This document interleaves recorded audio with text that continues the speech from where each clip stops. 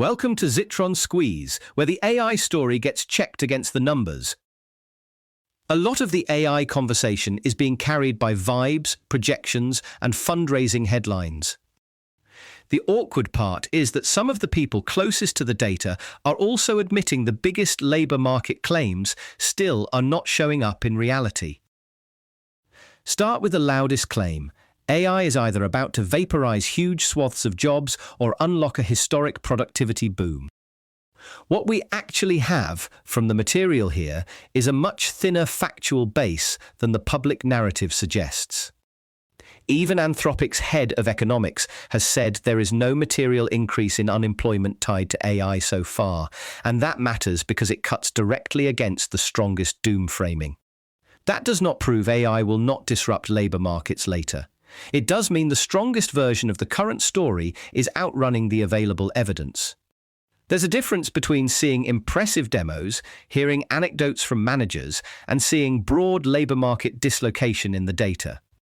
People keep collapsing those categories together, and once that happens, every anecdote starts getting treated like macroeconomics.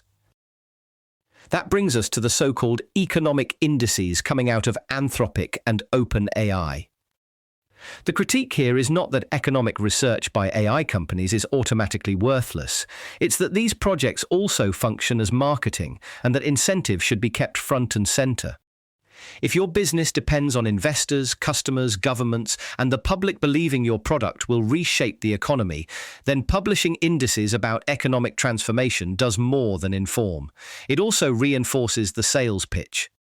That doesn't make every chart false, but it does mean selective emphasis becomes a real concern.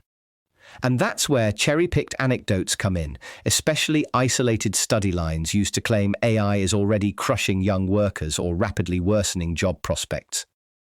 A single line from a study can be suggestive, but suggestive is not the same as conclusive. You need sample size, time frame, controls, and some sense of whether the effect is broad or just localized noise.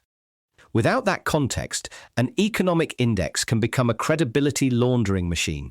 It wraps a speculative narrative in the language of measurement. The fairest reading is that these indices may contain useful observations, but they should not be mistaken for definitive proof of sweeping labor market change. The harder pressure test is financial rather than rhetorical. Excluding Anthropic and OpenAI, the AI industry's total revenue over the last 12 months is about $110 billion.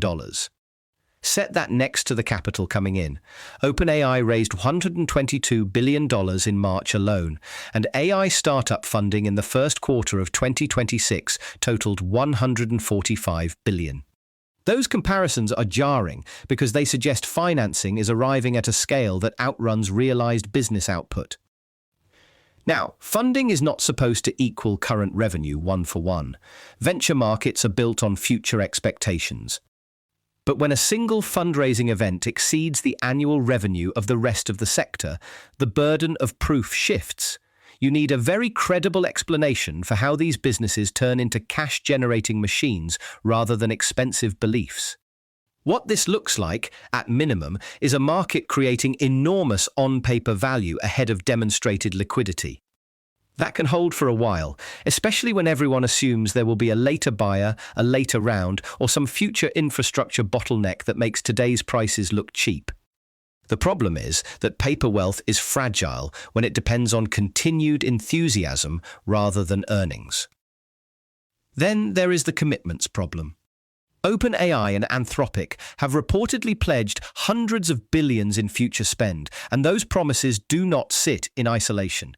They become performance obligations for hyperscalers and chip suppliers that now have to plan around demand that may be real, overstated, or economically irrational. If you're a cloud provider, you cannot casually absorb commitments of that size. You have to build capacity, reserve power, secure chips, and dedicate land, networking, and operations around workloads that are still searching for stable economics. This is where second-order effects start to matter. Scarce compute gets allocated toward the hottest buyers, which can crowd out other workloads and distort pricing across the market. Even if the AI demand is genuine, it can still create a less healthy market if the biggest customers are effectively setting the terms through aggressive future promises rather than proven profitable usage.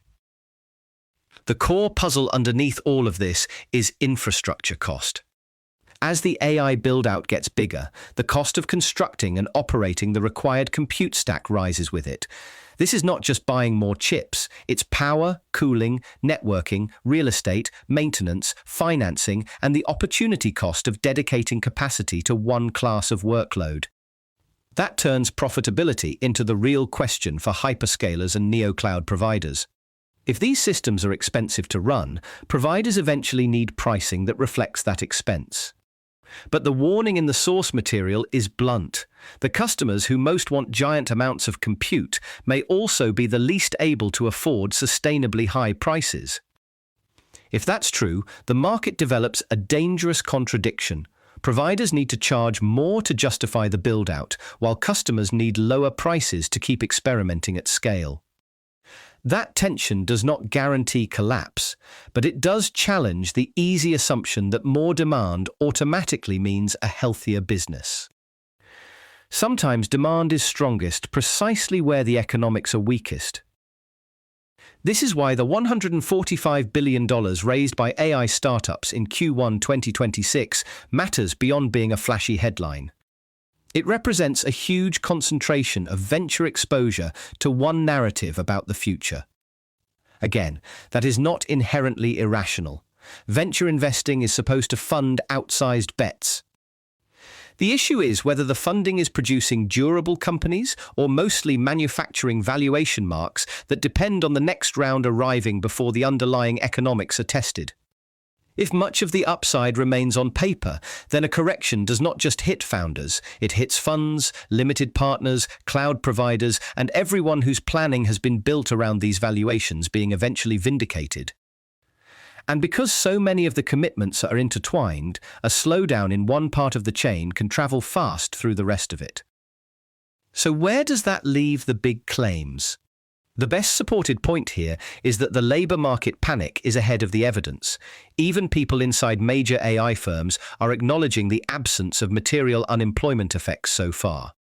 Also well supported is the mismatch between revenue and funding, which raises legitimate questions about whether capital formation has outrun business fundamentals. What is less certain is timing. A bubble can persist longer than critics expect, and some of today's overinvestment could still build infrastructure that becomes genuinely valuable later. But if you strip out hype and counter-hype, the sober view is that the industry is asking markets to finance an enormous future before it has clearly proven who pays, at what price, and with what margins. That's the squeeze: strong narratives, weaker proof, and very expensive promises. Thanks for listening to Zitron Squeeze. This episode was generated by Podkey. Create your own at podkey.fm.